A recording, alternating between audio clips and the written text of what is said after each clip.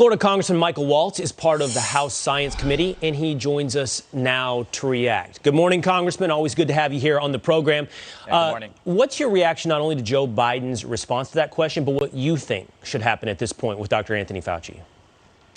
Yeah, so I think what you're seeing from his emails and then also from that bombshell Vanity Fair article is that our scientific bureaucracy, led by Dr. Fauci, was heavily invested in professionally, reputationally, their entire careers, life work, and in many cases financially because of the amount of grant money that was moving in suppressing the Wuhan leak theory, right? So you had that compromised. They were completely compromised. The same people charged with investigating were the people that were benefiting.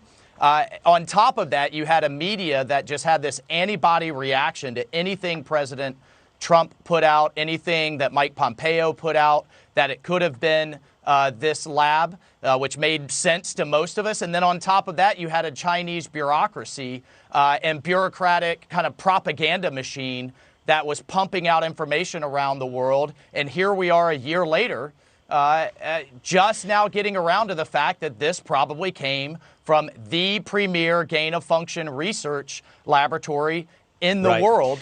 And, you know, here we are. Congressman, I think that's a very accurate diagnosis of the situation where we stand today. But what do you think that leads us to? Do you think Dr. Anthony Fauci should be fired? Well, I think we need to get to the bottom of exactly what happened, and we still haven't yet. And if this reporting proves to be true, Congressman Frank Lucas and I just sent a letter over to the Office of Science in the White House, where Josh Rogin was reporting from the Washington Post that Fauci was the biggest pusher of turning gain-of-function back on in 2017 after the Obama administration, because it's very controversial, had put a moratorium.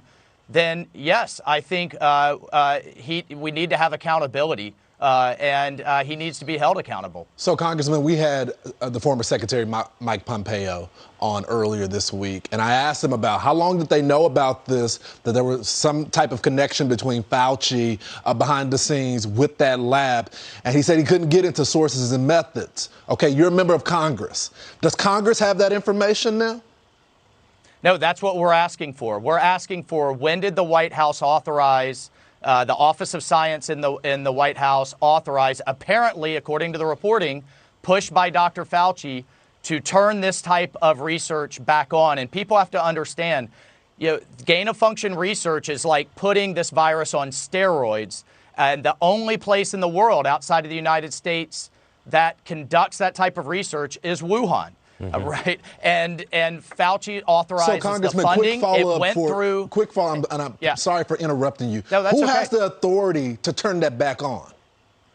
Well, our understanding is he did, with the acquiescence of this Office of Science within the White House. And if you look at the fact that he was one of the biggest advocates for gain-of-function, Wuhan was the premier place that it was being done, and yet Facebook banned discussion of it. The media called it debunked.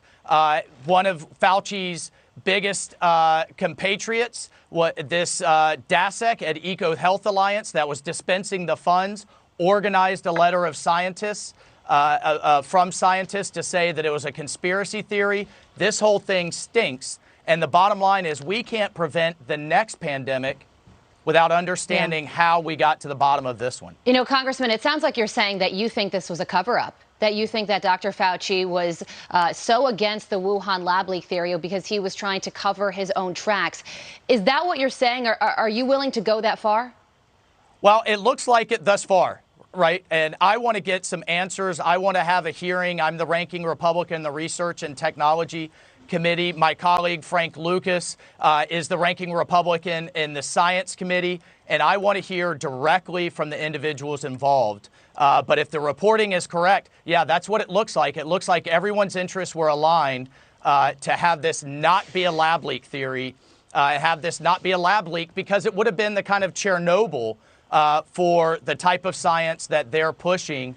The same thing that we had with 3 Mile Island did to nuclear science would have done to their form of virology. Really quickly, Congressman, because I don't have much time left, but I have to ask you, CYA, making sure so many interests are protected along the way is the explanation. If there is a cover-up, you're suggesting, could it be, should it be looked into, obviously, that it could be deeper? Because those interests also align with the interest of the Chinese Communist Party. So how much influence over what happened since the leak, how much influence was being wielded from Beijing?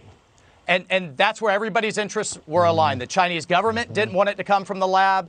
Pushers of gain-of-function research didn't want it to come from the lab, right? Everyone wanted to oppose what Trump was saying, so they didn't want it to come from the lab. But my question is, what is the White House, what is Biden's position about this type of research going forward?